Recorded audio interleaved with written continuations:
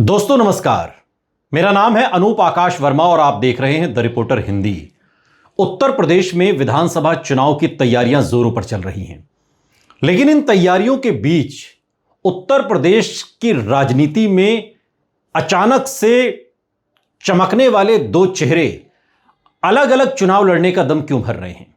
हम बात कर रहे हैं एआईएमआईएम के चीफ असदुद्दीन ओवैसी और आजाद समाज पार्टी के मुखिया चंद्रशेखर आजाद की। अभी तक इस तरह की खबरें थीं कि चंद्रशेखर आजाद और असदुद्दीन ओवैसी दोनों मिलकर चुनाव लड़ेंगे, गठबंधन में चुनाव लड़ेंगे अगर समाजवादी पार्टी या बहुजन समाज पार्टी से ओवैसी की डील फाइनल नहीं होती है तब। अभी भी यह डील टूटी नहीं है। यह बात और है कि बहुजन समाज पार्टी ने अपने दरवाजे बंद कर दिए, लेकिन अभी भी अखिलेश यादव का दरवाजा खुला हुआ है। दरवाजा ना सही, कम से कम खिड़की तो खुली ही हुई है जहां से बातचीत की जा सके। लेकिन चंद्रशेखर आजाद ने जब 403 विधानसभा सीटों पर चुनाव लड़ने का ऐलान किया और असदुद्दीन ओवैसी कह रहे हैं कि मैं अपने अकेले दम पर 200 सीटों पर चुनाव लड़ूंगा, तो सवाल बहुत महत्वपूर्ण है कि आखिर ये दो दिग्गज अलग अलग चुनाव क्यों लड़ रहे हैं। आज के इस वीडियो में हम समझने की कोशिश करते हैं कि ऐसी क्या वजह है कि राजनीति के ये दो धुरंधर जो उत्तर प्रदेश में एक गहरा असर छोड़ने का मादा रखते हैं, ये अलग अलग क्यों लड़ने लगे। सबसे पहले बात चंद्रशेखर आजाद की। चंद्रशेखर आजाद जो 2022 का विधानसभा चुनाव से अपने राजनीतिक सफर की शुरुआत करते हैं और उसके बाद 2024 के लोकसभा चुनाव में नगीना से बंपर जीत हासिल करते हुए संसद पहुंचते हैं। 108 विधानसभा सीटें जिस पश्चिमी बेल्ट में आती हैं उत्तर प्रदेश की, उसकी रहनुमाई अगर आज कोई कर रहा है दलित राजनीति में तो वो चंद्रशेखर आजाद हैं। और न सिर्फ पश्चिमी उत्तर प्रदेश बल्कि समूचे उत्तर प्रदेश में आजाद समाज पार्टी के मुखिया चंद्रशेखर आजाद को बहुजन समाज पार्टी के अपग्रेड वर्जन के तौर पर देखा जा रहा है। अभी हाल ही में एक इंटरव्यू चंद्रशेखर आजाद ने दिया और उस इंटरव्यू में उनसे बहन कुमारी मायावती को लेकर सवाल पूछा गया, बसपा सुप्रीमो मायावती। तो बहुत बेबाक अंदाज में चंद्रशेखर कहते हैं कि देखिए, एक काम जो बाबा साहेब भीमराव अंबेडकर ने शुरू किया था और उसे उन्होंने एक मुकाम तक पहुंचाया और उस काम को वहां से कांशीराम लेकर आगे आए।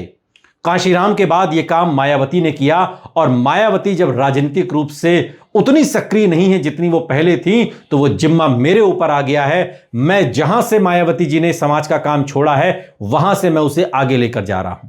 यानी कि अपने आप को चंद्रशेखर आजाद मायावती के उत्तराधिकारी के तौर पर समाज में देख रहे हैं। यह और बात है कि बहुजन समाज पार्टी के उत्तराधिकारी के तौर पर आकाश आनंद को मायावती ने कमान सौंपी है, लेकिन यहां मसला पार्टी का नहीं है, यहां मसला मिशन का है।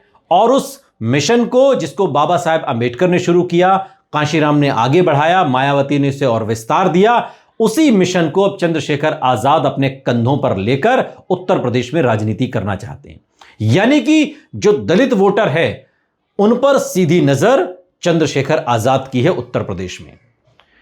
और अब वो ये कहते हैं कि मैं 403 विधानसभा सीटों पर अकेले चुनाव लड़ूंगा। इसके दो तीन बड़े कारण हो सकते हैं। एक कारण तो ये कि जब हम 403 विधानसभा सीटों पर चुनाव लड़ने की बात कहते हैं तो कम से कम एक प्रेशर पॉलिटिक्स के नजरिए से भी इसे देखा जाता है। एक प्रेशर पॉलिटिक्स की जब कभी सीट शेयरिंग को लेकर किसी बड़े दल से गठबंधन हो तो यह बताया जा सके कि हम 403 विधानसभा सीटों पर भी चुनाव लड़ने का मादा रखते हैं। हमारे पास संगठन है, हमारे पास कार्यकर्ता है, हमारे पास नेता हैं, हमारे पास लोग हैं। अब असदुद्दीन ओवैसी की तरफ आइए। असदुद्दीन ओवैसी उत्तर प्रदेश की राजनीति में सही तरीके से उतरने से पहले बिहार में 5 विधानसभा की सीटें, महाराष्ट्र के निकाय चुनाव में 125 सीटें, तेलंगाना में 69 सीटें जीतने के बाद उत्तर प्रदेश का रुख कर रहे हैं। उत्तर प्रदेश में असदुद्दीन ओवैसी की कोशिश यह रही कि बहुजन समाज पार्टी या समाजवादी पार्टी, इन दोनों में से किसी भी दल के साथ गठबंधन हो जाए तो उत्तर प्रदेश में बढ़िया शुरुआत की जा सकती है। 2022 का चुनाव असदुद्दीन ओवैसी ने लड़ा था, लेकिन उनकी जमानत जब्त हो गई थी। यह और बात है कि उन्होंने दर्जनों सीटों पर समाजवादी पार्टी का खेल बिगाड़ा और 10 से 12 सीटें तो ऐसी रहीं जहां समाजवादी पार्टी चुनाव ही ओवैसी की वजह से हारी। कई और सीटों पर पिछड़ गई सिर्फ ओवैसी की वजह से। असदुद्दीन ओवैसी अगर यह कहते हैं कि मैं 200 सीटों पर चुनाव लड़ूंगा, तो इनमें 145 वो सीटें हैं जो हार्डकोर मुस्लिम बाहुल्य सीटें हैं प्रदेश की, जिनमें 10 से लेकर 40% तक मुस्लिम वोटर उत्तर प्रदेश में हैं। अगर ओवैसी यह कहते हैं कि मैं 200 सीटों पर चुनाव लड़ूंगा, तो यह सीधे तौर पर अखिलेश यादव को चेतावनी है कि अगर आप गठबंधन नहीं करते हैं, सीट शेयरिंग में हमें सम्मान नहीं देते हैं, तो हम उन 200 सीटों पर फाइट करेंगे जो मुस्लिम बाहुल्य हैं, जो आपका भी वोट बैंक है। और उसके बाद ये सभी जानते हैं कि जब एक ही जगह पर दो लड़ेंगे तो वोटों का बंटवारा होगा। चंद्रशेखर आजाद और असदुद्दीन ओवैसी का 403 और 200 सीटों पर चुनाव लड़ने की बात कहना एक प्रेशर पॉलिटिक्स का हिस्सा भी हो सकता है, इससे आप इनकार नहीं कर सकते। यह और बात है कि ये दोनों उस कद के नेता हैं कि 403 सीटों पर भी अपने कैंडिडेट उतार सकते हैं। इनके पास संगठन है, इनके पास लोग हैं, इनके पास कार्यकर्ता हैं। लेकिन मैं तो यही कहूंगा कि अगर आप एक पैटर्न की पॉलिटिक्स कर रहे हैं तो फिर आपको मिलकर लड़ना चाहिए। मिलकर लड़ेंगे तभी आप बीजेपी जैसी मजबूत पार्टी का मुकाबला कर सकते हैं, वरना अलग अलग लड़के तो आपको टूटना है, बिखरना है और खत्म हो जाना है।